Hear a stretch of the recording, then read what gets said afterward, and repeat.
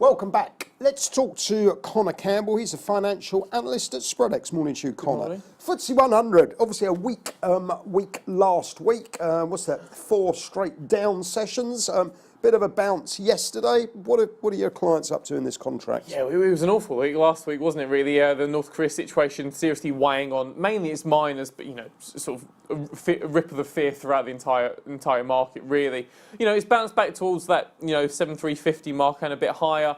Our clients, when it headed towards that 7,300 mark, they were more than happy to buy it up. It was multi-week lows. They were happy to see it lift from there. However, as it's crept towards 7,400, they're a bit less sure of where the FTSE is going. I think they're happy to keep it within 7,300, 7,400, but above that, there are questions to be asked about how justified those levels are. I think it's really going to depend on how the pound reacts to the rest of the week's data. Yep. You've got inflation today, jobs report on Wednesday, UK retail sales on Thursday. The UK retail sales will then have an impact on the FTSE's retail stocks, Next and M&S and the like.